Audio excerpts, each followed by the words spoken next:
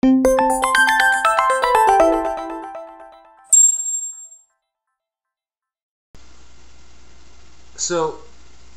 have you ever been to a store and you walk into the store and you just know that the salesperson has pre-qualified you, like they've sized you up, they've in their own mind, you either have met the profile of somebody who has the capacity to buy, or you haven't. And if you have met that profile, then they pucker up, they treat you well, they speak to you with patience.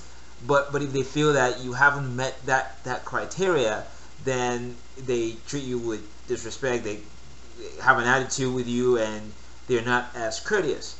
Well, the truth of the matter is that a salesperson like that, as a salesperson, you just never know, right? You just never know who your big fish can be.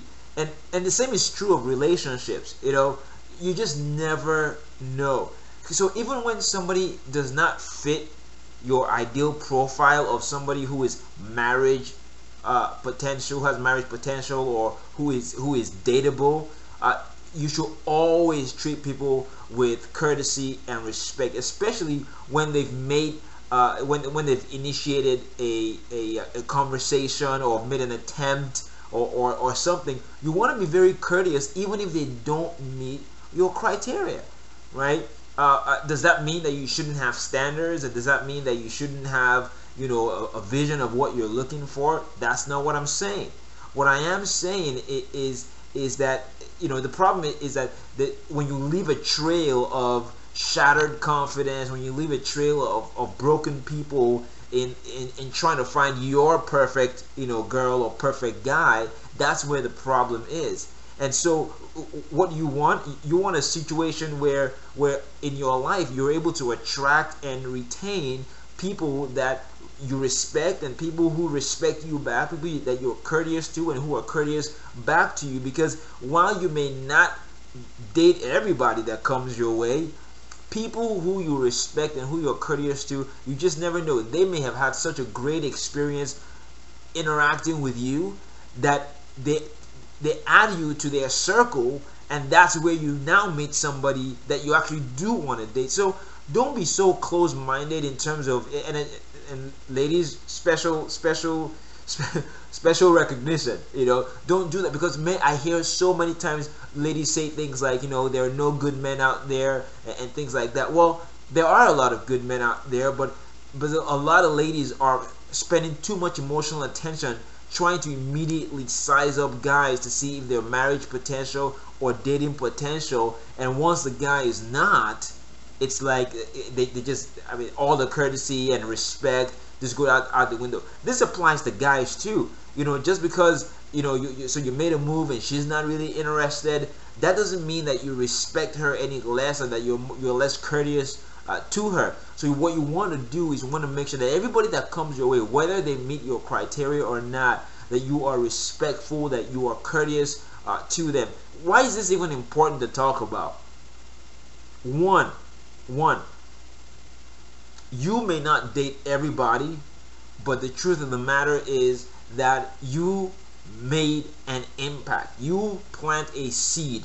That seed is either going to be a positive one that reinforces something positive that they had in mind before about the opposite sex, right, your sex, or it may be something completely negative that's introduced. Either way, you leave a stamp, and that stamp becomes something that other person carries along with them in life. So you may not end up with that person, but that person ends up with somebody else. And this applies to us in the body of Christ. We break each other for the other person. Just because somebody didn't fit your criteria of what you want for marriage or your life, if you break that person, you have done an injustice for the person that person ends up with. Elliot Roger, this 22-year-old kid, just killed 6 people a couple of days ago. 6 people. And what was it about? Retribution. Retribution for what? Well, think about some of the things he said. He said they would have all rejected me. This is talking about women that he wanted to get. Of course, the kid is sick, or was sick, because he's dead now. He shot himself too. But he said they would have all rejected me and looked down upon me as an inferior man. They've all looked down upon me every time I've tried to go out and join them, talking about his friends and people in his class. He said, all you popular kids, you never accepted me. This is about acceptance and rejection. Am I trying to say that he's justified for what he did? No, the kid was sick in the mind. But it's very important that we take a couple of nuggets of life, the irony of life, that it's not just about that you have an impact, right? The way he was treated affected his view in some way or the other of the opposite sex, and that led to the disaster of 6 people being killed. Now, the people that you reject in your life, the people that don't fit your criteria, they may not go out and go on a killing rampage and kill 6 people, but the truth of the matter is that you leave an imprint. Their interaction with you, whether it turns out to be a successful move towards dating or courtship or marriage, or it didn't, it leaves a mark on people. The other thing is this: if you are always looking and measuring people by their dateability or their marriage potential, you will not be able to form a lot of platonic relationships, valuable platonic relationships with the opposite sex, because you're going to be always measuring people based on whether or not they fit your criteria. So I guess the whole gist of this is, don't pre-qualify your lead. Just like in sales, just like that salesperson that does not want to judge that person coming into the store. Well, guess what? The person that may add the most value in your life may not look or talk or act like any profile that you have in your mind about value adding people.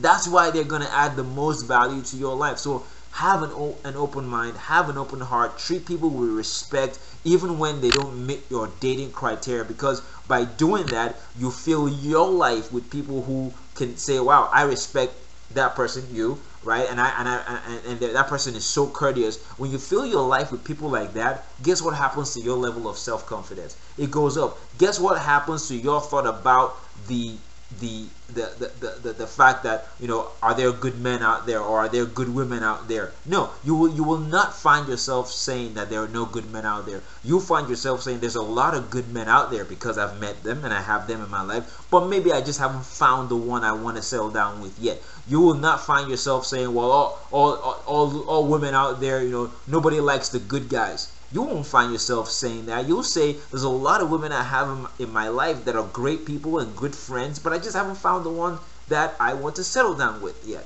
So that's just a little something that was on my mind. The video is part of an article series. The link is below this video.